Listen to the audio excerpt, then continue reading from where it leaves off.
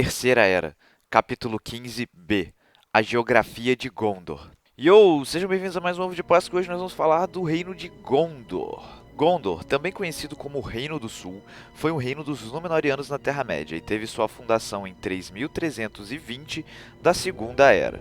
A região que se tornaria Gondor era o lar de muitas colônias Númenóreanas na Terra-média, cujos habitantes se misturaram com os homens médios que viviam por ali, ou frequentemente entravam em conflito com outros homens que não fossem amigáveis. A terra na qual o reino de Gondor foi fundado era mais fértil do que a maioria das terras na Terra-média, e por isso já haviam várias vilas e fazendas por ali, além da cidade númenóreana portuária de Pelargir, fundada pelos Númenóreanos fiéis. Durante a queda de Númenor, Elendil fugiu para a Terra-média e fundou ao norte o reino de Arnor, com a ajuda do último rei dos Noldor, Gil-galad.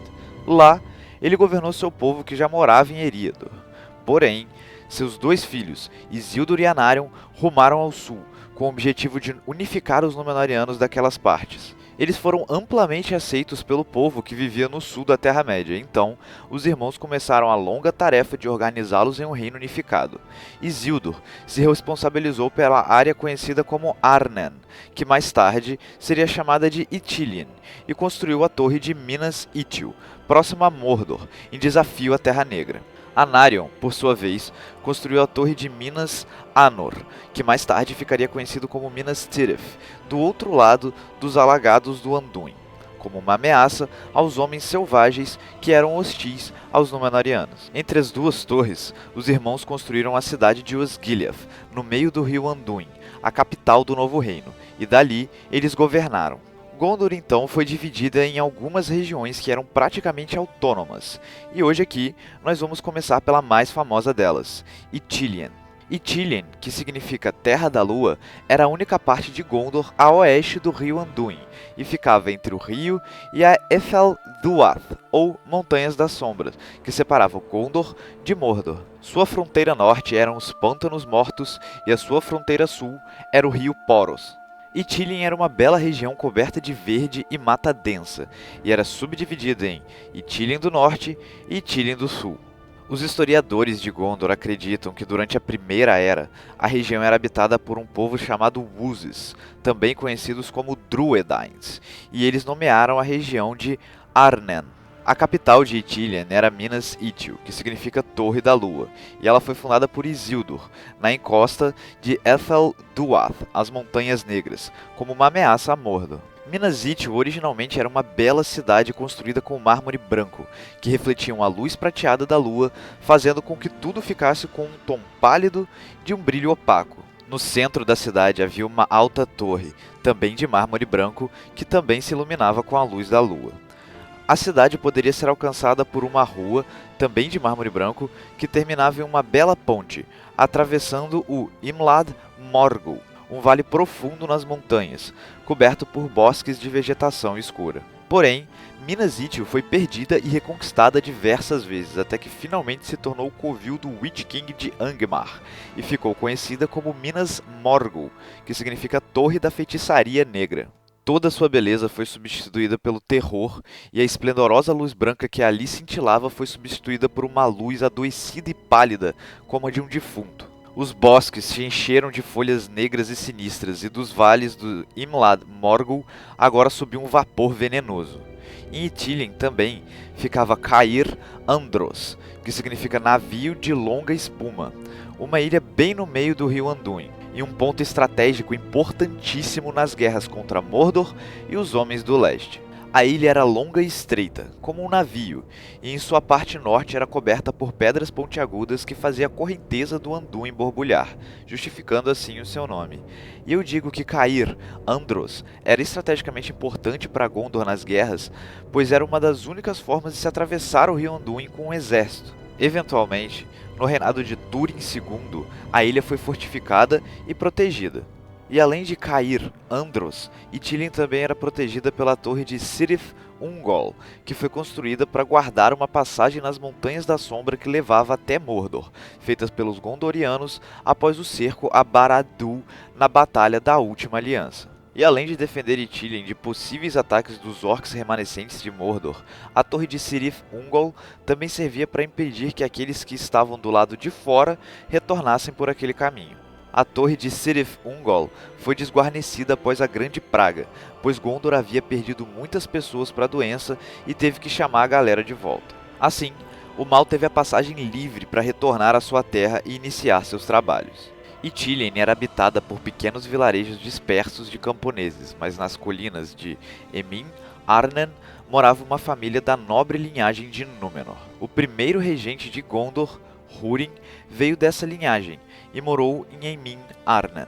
Em Ithilien também ficava o posto escondido de Haneth Anun, que significa janela para o pôr do sol, que consistia em uma caverna atrás de uma catarata que desaguava em um pequeno lago oval. Quando o Witch King retornou a Minas Morgul após o fim das Guerras do Norte, uma sombra se abateu sobre Ithilien e seus habitantes abandonaram a região. Então, o regente de Gondor criou uma força especializada composta pelos descendentes dos antigos residentes de Ithilien para guardar a região. Estes eram os Guardiões de Ithilien, especializados em caçar orcs em segredo na floresta, e Haneth Anun era seu refúgio. Após a Guerra do Anel na Quarta Era, o rei Elessar declarou Faramir, descendente dos regentes de Gondor e último capitão dos Guardiões de Ithilien, como príncipe de Ithilien, e com sua esposa Elwyn, ele residiu na antiga morada de seus ancestrais, Emin Arnen. Agora, saindo de Ithilien, vamos à região de Anórien. Nos dias antigos, Anórien foi ocupada pelos Edains fugindo da sombra de Morgoth, e esses selvagens ficaram conhecidos como os Wuz, que depois de algum tempo migraram para Ithilien. Ao final da Segunda Era, essa região foi dada a Anarion para governar, daí o nome Anórien. Em Amon Tirith, que significa Montanha da Guarda, que era a face leste da última montanha da Cordilheira das Montanhas Brancas, no monte Mindoluin, Anarion construiu a Torre de Minas Anor, que significa Torre do Sol, como uma ameaça aos homens selvagens que habitavam o norte. Quando o rei Ostoher subiu ao poder, ele fortificou Minas Anor e a transformou em uma verdadeira cidade-fortaleza. Após a Grande Praga, Osgiliath foi completamente abandonada e Minas Anor se tornou a capital de Gondor, e quando o Witch King tomou Minas Ithil e a renomeou para Minas Morgul, Minas Anor foi renomeada para Minas Tirith, que significa Torre da Guarda.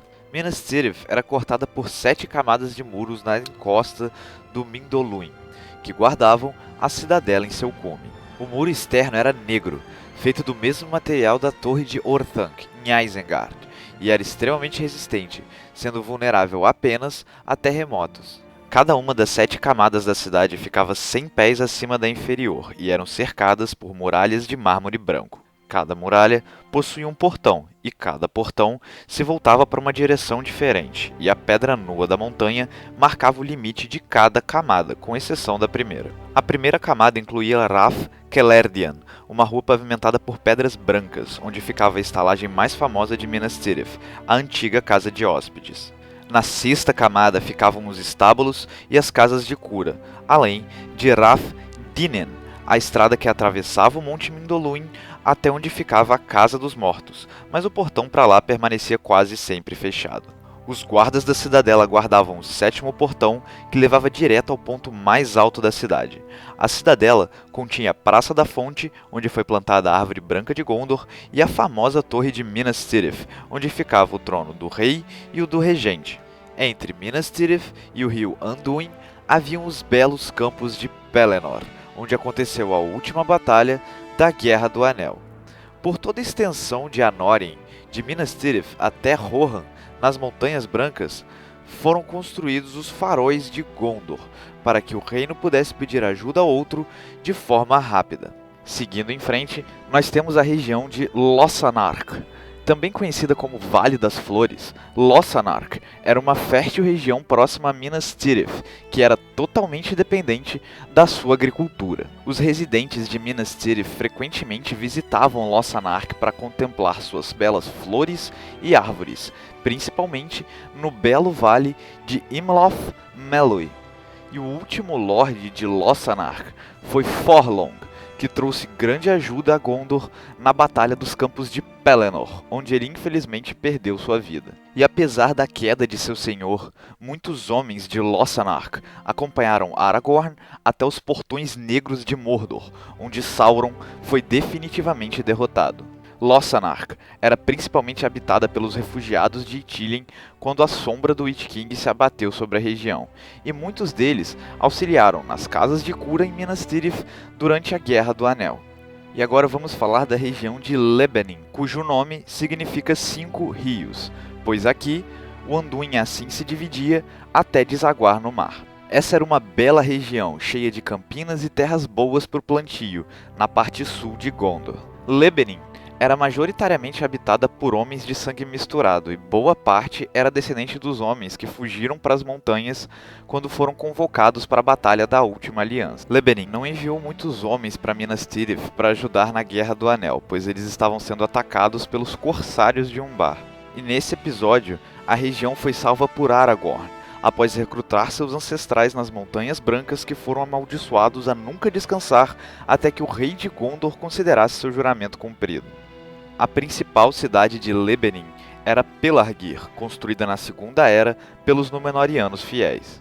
Pelargir era o principal porto de Gondor e se tornou maior ainda na Era dos Reis dos Navios, que se mudaram para a cidade e governaram o reino dali.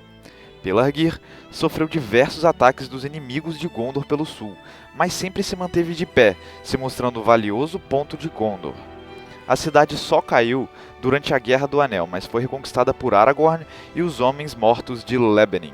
E o nome Pelargir significa Pátio dos Navios Reais em Sindarin, o que nos leva à região de Belfalas. Belfalas era uma porção da região costeira de Gondor, ao sul, e se estendia do rio Hinglaw até a baía onde o Anduin desaguava. Nessa baía havia uma ilha chamada Tol Falas, que continha apenas um pico solitário e nada mais. Em Belfalas ficava a antiga região de Dor en Ernil, que significa Terra dos Príncipes, colonizada pelos Númenóreanos fiéis na Segunda Era. Belfalas possuía 2 cidades cuja história está interligada, Dol Amroth e Edelond. Então vamos a elas. Edelond era um porto muito antigo dos Elfos, fundado pelos Sindar ao final da Primeira Era. Esses Elfos estavam fugindo do poder crescente de Morgoth em Beleriand e se estabeleceram nessa região. Os primeiros refugiados vieram em 3 navios pequenos e no início a população de Edelond era bem pequena, mas com o passar do tempo, vários Nandor, são os elfos que moravam nos vales do Anduin próximo à Floresta das Trevas e nunca foram a Beleriand, desceram o rio e se encontraram com o Sindar de Beleriand. Edelond cresceu bastante, então os elfos criaram uma nova morada para eles naquela região, Dol Amroth, que ainda não tinha esse nome. Isso porque, se você assistiu o Ovo de Páscoa da semana passada, você sabe que Dol Amroth recebeu esse nome, pois foi ali que encontraram o corpo de Amroth, rei de Lórien e marido de Ninrodel. Durante a Segunda Era, uma família nobre dos Númenóreanos fiéis se estabeleceu nas colinas de Dor en Ernil, próximo a Edelond e Dol Amroth, e ali os homens e elfos viveram em harmonia. E ainda na Segunda Era, quando Eregion, o sub-reino de Celebrimbor, caiu na grande campanha de Sauron, muitos elfos usaram Edelond para viajar a oeste. Eventualmente, o porto foi completamente abandonado pelos elfos, que foram todos para Aman. E agora, apenas os Númenóreanos fiéis habitavam Belfalas. E bom, de novo, se você assistiu o Ovo de Páscoa da semana passada, você sabe que em dado momento o grupo de Amroth e o grupo de Ninrodel, que deixaram Lórien, se separaram ao atravessar as Montanhas Brancas. Enquanto Amroth chegou a Edelond e esperou por sua amada, o grupo de Ninrodel se perdeu e ela caiu em um longo sono profundo à beira de um rio. Acompanhando Ninrodel estava a elfa Mithrelas, que se perdeu nas florestas de Belfalas e foi encontrada pelo filho do líder dos Númenóreanos que vivia por ali. Seu nome era Imrazor, e os dois se apaixonaram e se casaram, formando a terceira possível união conhecida entre homens e elfos, depois de Beren e Lúthien e Tuori e Dril. Mas repare que eu disse a possível terceira união, porque essa história é mais uma lenda passada pelos homens de Dol Amroth que clamam ter sangue élfico correndo em suas veias. A veracidade disso, porém, nunca foi confirmada, e a suposta união entre Mithrelas e Imrazor nunca foi registrada nos Anais de Gondor. Mas, para citar uma das minhas personagens favoritas de uma outra franquia, There's always a bit of truth in legends. enfim, a lenda diz que, anos mais tarde, Mithrelas e Imrazor tiveram um filho chamado Galador e uma filha chamada Gilmith. E após o parto da menina, Mithrelas supostamente sumiu na Noite Estrelada para nunca mais ser vista. E ao final da Segunda Era, com a criação dos reinos de Gondor e Arnor, Elendil deu à família de Númenóreanos de Belfalas título de Lordes da região, que agora fazia parte de Gondor. Então, eles se mudaram para a cidade abandonada dos Elfos, Dol Amroth. E assim, Galador, líder daqueles homens nessa época, foi o primeiro príncipe de Dol Amroth, uma linhagem que supostamente possuía sangue élfico misturado com sangue de Númenor. Ao todo, houveram 22 príncipes de Dol Amroth, e o último deles, Imrahil, liderou uma companhia de 700 homens até Minas Tirith para lutar na Batalha dos Campos de Pelennor durante a Guerra do Anel. Seguindo em frente, nós temos a região de Lamedon, que consistia em uma série de vales por onde fluíam os rios Ringlaw e Círil. Um desses vales especificamente tem uma história bastante interessante. Há uma lenda entre os povos nativos de Gondor de que as Montanhas Brancas teriam sido criadas por gigantes que moravam ali no litoral daquela região, tentando proteger suas terras dos homens mortais que chegavam lá no início da Primeira Era. Acontece que um dos gigantes que estavam construindo a cordilheira, chamado Tarlang, tropeçou nas montanhas e quebrou seu pescoço. Os outros gigantes não removeram seu corpo, que acabou sendo incorporado pela terra. Seu pescoço se tornou o vale conhecido como Tarlang's Neck, enquanto sua cabeça se tornou Dol Tarlang, e as duas pedras que ele carregava se tornaram Cúl Velag e Cúl Bin. E quando os Dúnedain chegaram de Númenor, eles mantiveram os nomes do vale e desses 3 picos na Cordilheira das Montanhas Brancas.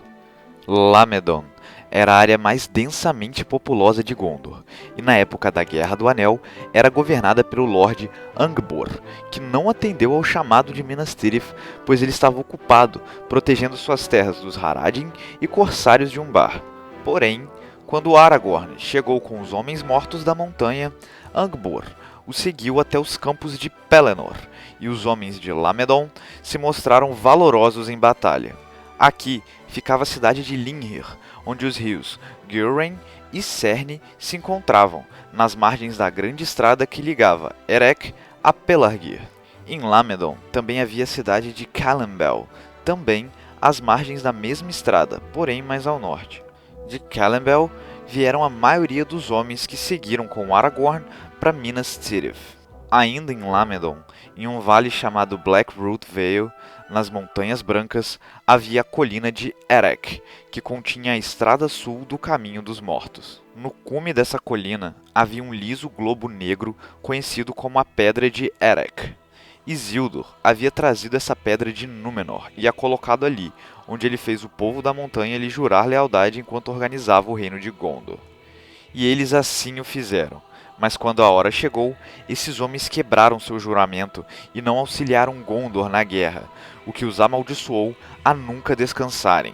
E assim, eles definharam nas montanhas sobre a pedra de Erech, que se tornou um lugar sinistro e assombrado, evitado por todos no reino de Gondor.